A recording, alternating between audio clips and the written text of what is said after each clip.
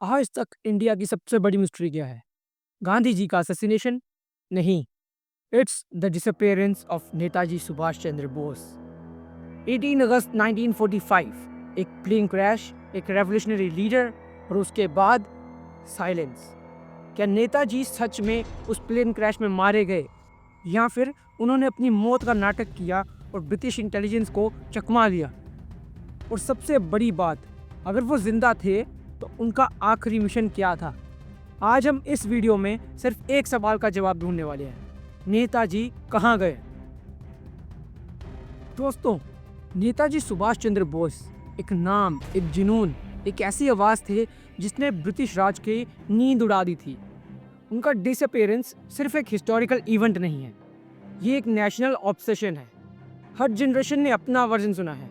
किसी ने बोला कि प्लेन क्रैश में मारे गए, किसी ने बोला कि रशिया में हैं, और कुछ लोग तो आज भी यही कहते हैं कि फैज़ाबाद के गुमनामी बाबा ही नेताजी थे। लेकिन सच क्या है? क्या हमारे स्कूल टेक्स्ट बुक्स ने हमें पूरा सच बताया है, या फिर ये मिस्ट्री एक डेलिब्रेट कवर अप है ताकि कुछ अनकंफर्टेबल ट्रूथ्स हमेशा छुपे रहें? सुभाष चंद्र बोस का नाम सुनते ही एक चीज़ याद आती है, तुम मुझे खून दो, मैं तुम्हें आज़ादी दूंगा। लेकिन नेताजी सिर्फ एक फेरी नेशनलिस्ट नहीं थे। उन्होंने इंडियन नेशनल कांग्रेस को चैलेंज किया, गांधी जी से टकराव लिया और फिर अपनी ही आज़ाद हिंद फौज बनाई।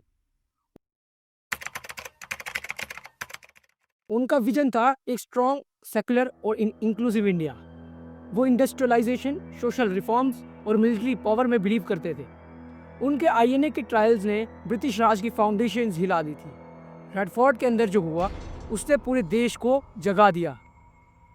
अब आते हैं सबसे पहले और एक्सेप्टेड विजन पर। वो है 1895 में ताइवान के ताइपी एयरपोर्ट पर नेताजी एक जापानीज बॉम्बर प्लेन में चढ़ते हैं। प्लेन टेक ऑफ करते ही क्रैश हो जाता है और नेताजी के ऊपर पेट्रोल गिरता है। उनको 3rd डिग्री बर्न्स लगते हैं। उन्हें नानमोन मिलिट्री हॉस्पिटल ले जाया जाता है, जहां जापानीज डॉक्टर उनका ट्रीटमेंट करते हैं। लेकिन 6 घंटे बाद नेताजी कोमा में चले जाते हैं और रात को उनकी डेथ हो जाती है और उनके एशिस को टोक्यो के रैंकुजी टेम्पल में रखा जाता है। सबसे पहले नेताजी के सपोर्टर्स, स्पेशली बंगाल में, इस स्टोरी को मानने से इनकार कर देते हैं। कोई बॉडी नहीं मिली, क्रीमेशन जल्दी हो गया और विटनेसेस के स्टेटमेंट्स में कॉन्ट्राडिक्शंस थे। बोस के खुद के भाई सुरेश चंद्र बोस ने शाह नवाज कमेटी की फाइंडिंग्स को रिजेक्ट करते हुए बोला कि ये सब नेहरू जी के प्रेशर में हुआ है, सच छुपाया जा रहा है। और ये सिर्फ एक फैमिली का डिसेंट नहीं था, पूरे देश में कॉन्स्पिरेसी थ्योरीज फैल गई थी। और यहाँ से शुरू होती है सबसे बड़ी कहानी।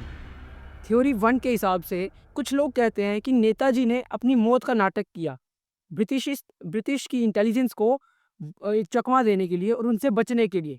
लेकिन इसका भी कोई कॉन्क्रीट एविडेंस नहीं मिलता है। और दूसरी थ्योरी के हिसाब से एक पॉपुलर थ्योरी है कि नेताजी रशिया चले गए थे और वहाँ उनको सोवियत अथॉरिटीज़ ने कैप्टिव बना लिया। कुछ डीक्लासिफाइड फाइल्स में हिंट तो मिलते हैं, लेकिन प्रूफ तो इसका भी कोई नहीं है। और सबसे सेंसेशनल थ्योरी, फैज़ाबाद के एक मिस्टीरियस साधु गुमनामी बाबा जो 1985 में जिंदा थे, उनके हैंड राइटिंग्स, बिलोंगिंग्स और कुछ फैमिली मेम्बर्स के स्टेटमेंट से स्पेकुलेशन होती है कि वो ही नेताजी थे। इलाहाबाद हाई कोर्ट ने भी एक कमीशन बनाई थी, लेकिन डीएनए टेस्ट इनकंक्लूसिव था। और चौथी थ्योरी के हिसाब से कुछ लोग मानते हैं कि नेताजी को उनके ही पॉलिटिकल राइवल्स ने एलिमिनेट कर दिया, क्योंकि वो एक पोटेंशियल थ्रेट थे न्यूली फॉर्म्ड इंडियन गवर्नमेंट के लिए। लेकिन फिर वही बात कि कोई सॉलिड एविडेंस इसके बाद भी नहीं है। सरकार ने भी इस बारे में कई बार इन्वेस्टिगेशन की, जैसे कि शाह नवाज कमेटी 1956 में। उन्होंने प्लेन क्रैश थ्योरी को एक्सेप्ट किया, लेकिन डिसेंट भी था। खोसला कमीशन इन 1970, उन्होंने डाउट्स रेज किए, लेकिन कंक्लूसिव प्रूफ नहीं मिला। उसके बाद मुखर्जी कमीशन 2006 में आई। उन्होंने प्लेन क्रैश थ्योरी को रिजेक्ट किया और बोला कि एविडेंस जो है वो सॉलिड नहीं है। और रीसेंट आरटीआई और फाइल डीक्लासिफिकेशंस 2015 और 16 में की गई और कुछ नई फाइल्स बाहर आई, लेकिन अब भी मिस्ट्री अनसॉल्व्ड है। अब सवाल ये है, ये मिस्ट्री इतनी इम्पोर्टेंट क्यों है?